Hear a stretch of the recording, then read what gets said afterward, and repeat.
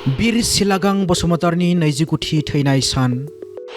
बंसिगावनि मांखर थावनियाव बीर सिलागांनि थैनाय सान फालियो।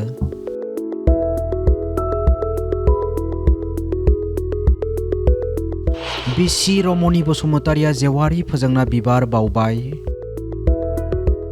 BLTनि गायसनगिरि आफादगिरि बीर सिलागां बसुमतारिनि 29थि थैनाय सान फालिबाय। क'क्राझार जिल्लानि बंसिगावनि मांखर थावनियाव BLTनि गायसनगिरि आफादगिरि बीर सिलागां बसुमतारिनि 29थि थैनाय सान फालिनाय जायो। हाबाफारि बायदियै बीर सिलागांनि मांखर थावनियाव जेवारि फोजोङो, बिबार बावजेनो अनसुलि बिसि रमनि बसुमतारिया। फालिथायाव गोबां माहारियारि आफाद गौथुमफोरनि दैदेनगिरि मावथि बिथांमोनाबो नुजाथिनानै सिबिनाय बावो।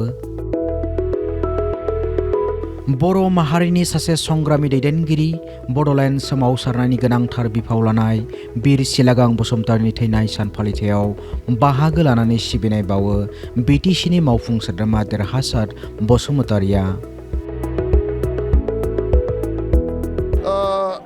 बीर सिलागां बसुमतारिनि दिनै 29थम 29थि बोसोर फालिनाय दिन। बे दिनाव जोङो बयबो गासैबो राजनितिक दोलोनि गुबुन गुबुन आफादफोरनि दैदेनगिरि बिथांमोना जोङो ज' जानो हादों आरो ज' जानानै बिथांनि बे थैनाय समाव फालिनाय समाव जों बयबो ज' जानानै बिथांखौ जों बयबो श्रद्धांजलि होफैनो हादों। आरो बिथाङा जाहैबाय सासे बर' माहारिखौ मोजां मोनग्रा, बर' माहारि अनफावरि। मख'जाथावनादि बीर सिलागां बसुमतारिनि मांखर थावनि इसिं दाथाय जौगाथायनि थाखाय BTCनि चिफ हाग्रामा महिलारि बिथाङा लुनाय खामानि थाबैनो जागायगोन होननाबो फोरमायो BTCनि MCLA जुबिराज बसुमतारि बिथाङा। बोसोरफ्रोमबो फालिबोनाय बायदिनो देग्लायबो मोनसे मेहेरगोनां हाबाफारिजों फालिनाय जायो बीर सिलागां बसुमतारिनि थैनाय सानखौ। आरो जेब्लासिम बर' माहारिया बे बुहुमाव थांनानै थागोन अब्लासिम बिथांनि गोसोखांथिखौ फालिबाय थागोन होननाबो मिथिहोयो जुबिराज बसुमतारिया। আমার সন্মানীয় শ্রীজ হাগ্রামা স্যারে ইয়ার একেবারে নির্মাণটো বা ইয়ার কনস্ট্রাকশনটো কৰিব দিব।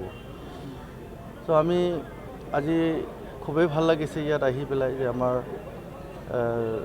বীৰ চিলাগাঙৰ এটা ডেথ এনিভাৰ্চাৰী প্ৰগ্ৰামত সুন্দৰৰূপে আমি বছৰে বছৰে পালন কৰোঁ। আৰু তেনেকৈ আমি সুন্দৰৰূপে আমি অহা দিনটো বা আমি যিমানলৈকে আমি আছোঁ পৃথিৱীত তেখেতৰ স্মৃতিটো আমি সন্মান যোগে আমি পালন কৰি গৈ থাকিম। फारसेथिं BLTनि गायसनगिरि आफादगिरि बीर सिलागां बसुमतारिनि 29थि थैनाय सान फालिथायाव बाहागो लानानै सिबिनाय बावो बारग' मन्थ्रि उरखावग्रा ब्रह्मआ। बीर सिलागां बसुमतारिखौ लोगो मोनबोनाय बुब्लि, बिथांनि मावबोनाय सम, बिथांनि बिहोमा होलांनायफोरखौ गोसोखांनानै गोनां बाथ्राफोरखौ मिथिहोयो उरखावग्रा ब्रह्म बिथाङा। बीर सिलागां আজি তেখেতক BLTৰ ফাউণ্ডাৰ চেয়াৰমেন হিচাপে জনা যায়, কিন্তু তেখেতৰ আৰু অন্য ভূমিকাও আছে। মই তেখেতক বহুত সৰুকালৰ পৰা দেখিছোঁ, কাৰণ বয়সত মোতকৈ তেওঁ হয়তোবা 4 বছৰমানৰ পাৰ্থক্য আছিল। যেতিয়া ৰোমান স্ক্ৰিপ্ট আন্দোলন হৈছিলে তেতিয়া এই ছাত্ৰ নেতা আছিল বৰ্তমান। আৰু বডোফা উপেন্দ্ৰনাথ ব্ৰহ্মৰ যিটো বডোলেণ্ড আন্দোলন, সেই সময়তো এটা সময়ত তেওঁ ভলণ্টিয়াৰ ফৰ্চৰ কনভেনৰ হিচাপে কাম কৰিছিল। তাৰ আগতো এটা স্মৰণীয় এটা কিবাটো হ'ল যে বডোফা উপেন্দ্ৰনাথ ব্ৰহ্মৰ লগত বডোফা উপেন্দ্ৰনাথ ব্ৰহ্ম সভাপতি আৰু তেখেত জেনেৰেল ছেক্ৰেটাৰী আনডিভাইডেড গোৱালপাৰা জিলাৰ বড়ো ছাত্ৰ সন্থা সমিতিৰ তেখেতসকলে কাম কৰিছে। रबिबाराव बीर सिलागां बसुमतारि मांखर थावनि सामलाय कमिटिनि दैदेननायाव क'क्राझार जिल्लानि बंसिगावनि मांखर थावनियाव BLTनि गायसनगिरि आफादगिरि बीर सिलागां बसुमतारिनि 29थि थैनाय सान फालिनाय जायो।